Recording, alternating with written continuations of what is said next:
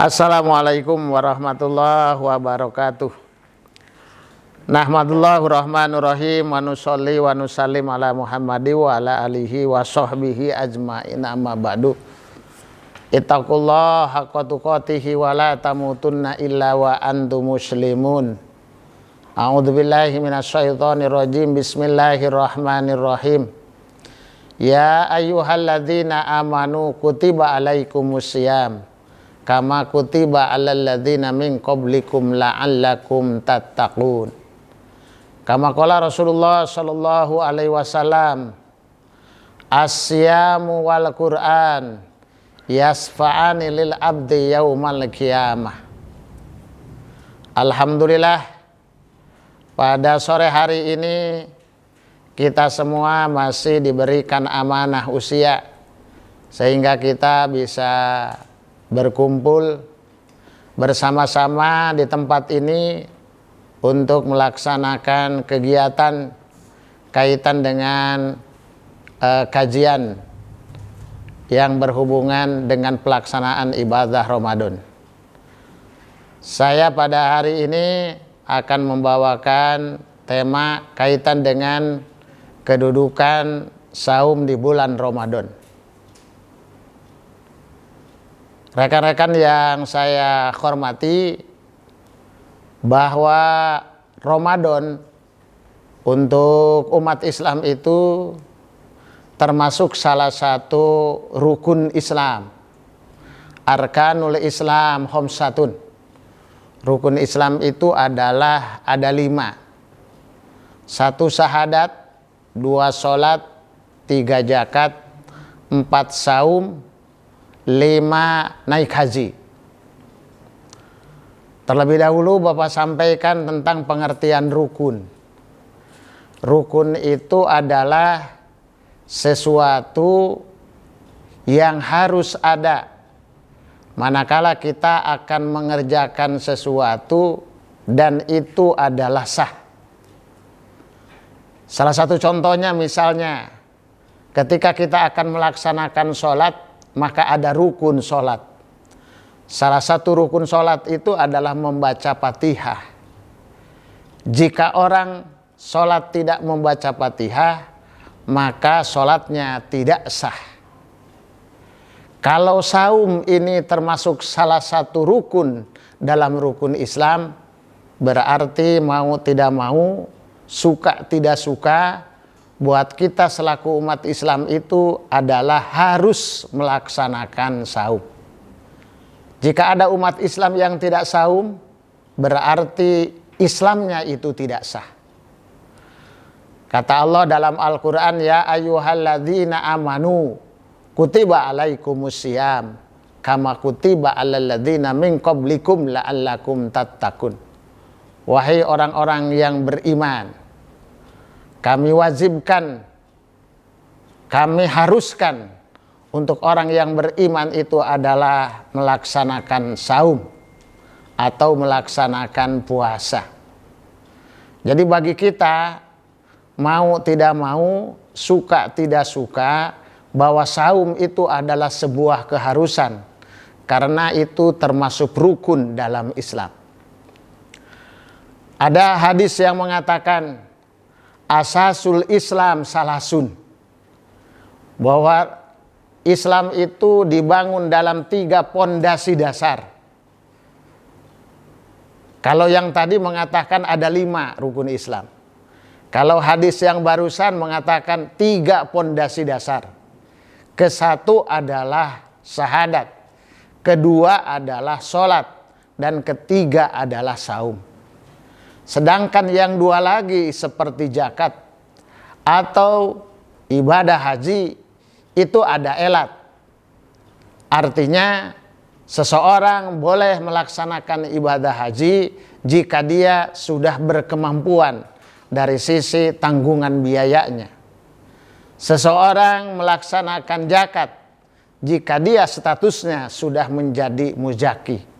Sedangkan yang 3 hal itu, yang pokok adalah syahadat, sholat, dan saum, itu mau tidak mau dan bisa dilaksanakan oleh semua orang. Jadi bagi kita selaku umat Islam, tidak ada alasan kita untuk tidak melaksanakan saum. Dan tidak ada alasan buat kita untuk tidak melaksanakan sholat. Kenapa? Karena saum dan sholat itu tidak berkaitan dengan kemampuan yang berhubungan dengan ekonomi. Artinya sholat bisa dilaksanakan oleh orang yang sederhana dalam kehidupannya. Saum juga bisa dilaksanakan oleh orang yang kebetulan merasa kekurangan dari sisi ekonomi. Dan saum juga bisa dilaksanakan oleh orang yang berkecukupan. Oleh karena itu, saum ini sesuatu yang mengikat kepada kita yang mengatakan dirinya sebagai umat Islam. Jadi harus kita melaksanakan saum. Hadirin jamaah rahimakumullah. Sesungguhnya ketika kita melaksanakan saum ini banyak hal yang kita petik. Sehingga para alim ulama ada yang mengatakan bahwa bulan Ramadan ini adalah bulan yang penuh dengan barokah. Pendekatannya, apa yang dimaksud dengan barokah itu? Barokah itu adalah ziyadatul khair, bertambahnya kebaikan. Di bulan Ramadan ini, bayangkan kita bisa melaksanakan rukun Islam yang urutannya ke-1 adalah syahadat, bisa dilaksanakan di bulan Ramadan atau di luar bulan Ramadan juga bisa dilaksanakan. Lalu kita sholat bisa dilaksanakan di luar bulan Ramadan, apalagi di bulan Ramadan. Yang keempat, kita bisa melaksanakan saum Ramadan. Jadi 3 rukun Islam di bulan Ramadan ini bisa dilaksanakan secara sekaligus. Tapi kalau di luar bulan Ramadan, kita hanya bisa melaksanakan 2 rukun Islam. Syahadat ada pada gerakan sholat, dan yang kedua adalah sholat. Di bulan Ramadan malah ditambah bahwa kita bisa melaksanakan 3 rukun Islam di bulan Ramadan ini.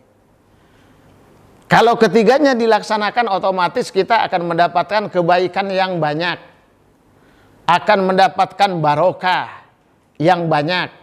Kenapa? Karena ketiga-tiganya di bulan Ramadan ini rukun Islam bisa dilaksanakan. Makanya para alim ulama mengatakan bahwa as-sahrun mubarak, bulan Ramadan ini adalah bulan yang penuh dengan barokah. Contoh, bertambahnya kebaikan di bulan Ramadan itu sangat berlipat ganda. Sepertinya seseorang memberikan makanan kepada orang yang akan melaksanakan takjil atau melaksanakan buka. Maka orang yang memberikan minum, orang yang memberi makan, atau orang yang memberikan takjil kepada orang yang mau buka, maka pahalanya sama dengan orang-orang yang melaksanakan saum.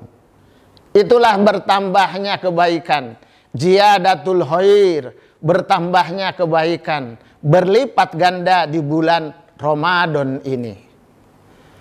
Di bulan Ramadan juga Rasulullah Shallallahu Alaihi Wasallam mengatakan, yasfa'ani lil abdi yaumal qiyamah. Kata Rasul, asyamu wal qur'anu yasfa'ani lil abdi yaumal qiyamah. Asyamu yang namanya siam, wal qur'an bagi orang yang membaca Al-Qur'an. Apalagi membaca Al-Qur'annya sampai selesai, misalnya 30 juz. Maka kata Rasul, yasfa'ani lil abdi yaumal qiyamah.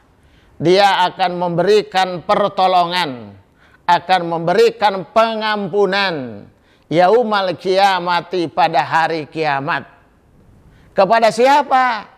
Kepada orang yang melaksanakan saum. Sehingga terusan hadis mengatakan, yaqulu Berkatalah, "Ai Rabbi, ya Tuhanku." Saum nanti akan berkata, "Dulu saya menahan lapar, dulu saya menahan penglihatan, dulu saya menahan haus.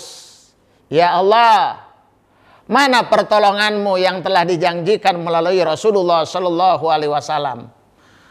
Maka Rasul menjawab terhadap pertanyaan itu, "Pasapa'ani."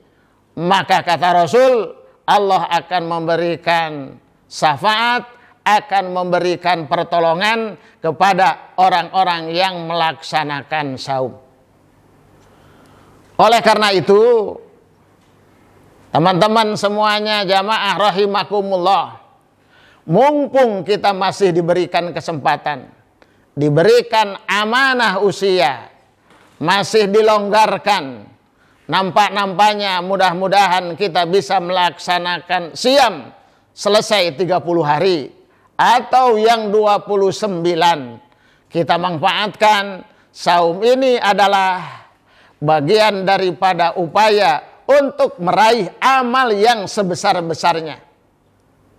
Belum tentu di tahun kemudian kita bisa melaksanakan siam, karena kita tidak tahu.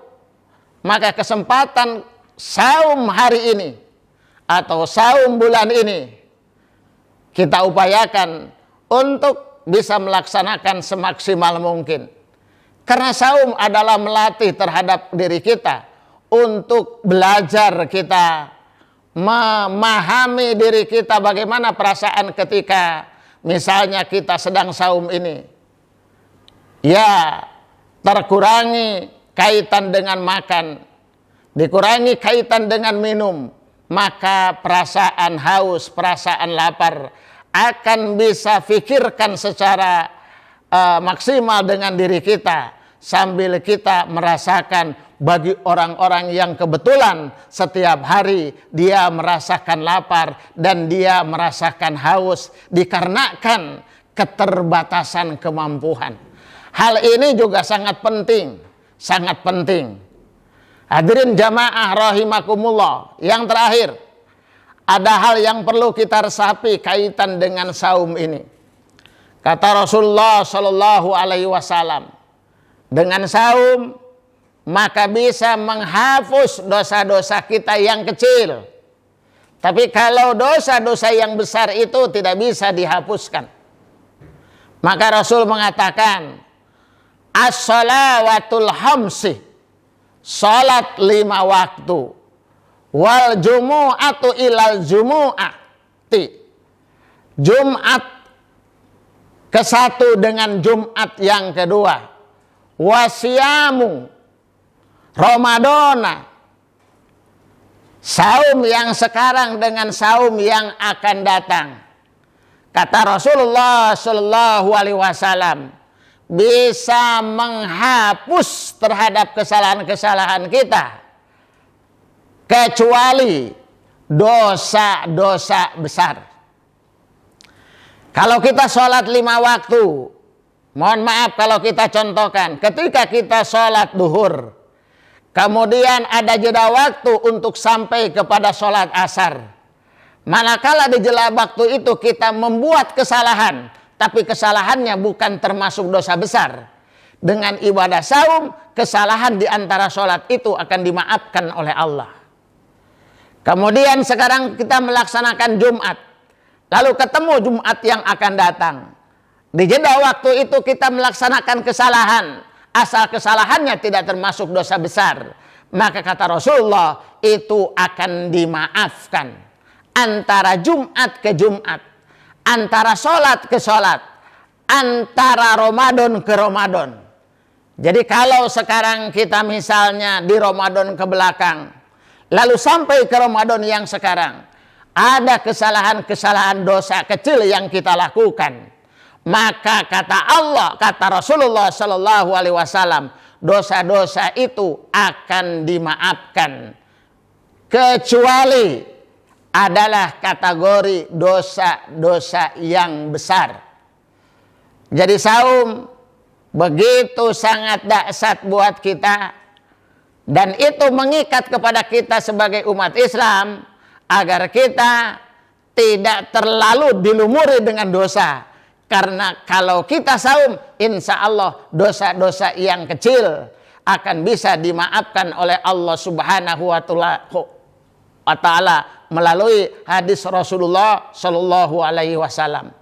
Makanya bagi kita selaku umat Islam, jamaah hadirin rahimakumullah, tidak ada ruang dan tidak ada waktu untuk tidak melaksanakan saum. Karena saum adalah sebuah keharusan, sebuah kewajiban, dan itu adalah termasuk rukun Islam yang mau tidak mau, suka tidak suka, jika kita sudah mengaku Islam mesti harus dilaksanakan. Itu saja yang bisa Bapak sampaikan. Mudah-mudahan ada manfaatnya, khususnya buat Bapak dan umumnya buat siapa saja yang mendengarkan. Semoga kita mendapatkan hidayah, mendapatkan taufik, mendapatkan pengampunan, dan kita bisa melaksanakan saum sampai selesai. Billahi hidayah. Wassalamualaikum warahmatullahi wabarakatuh.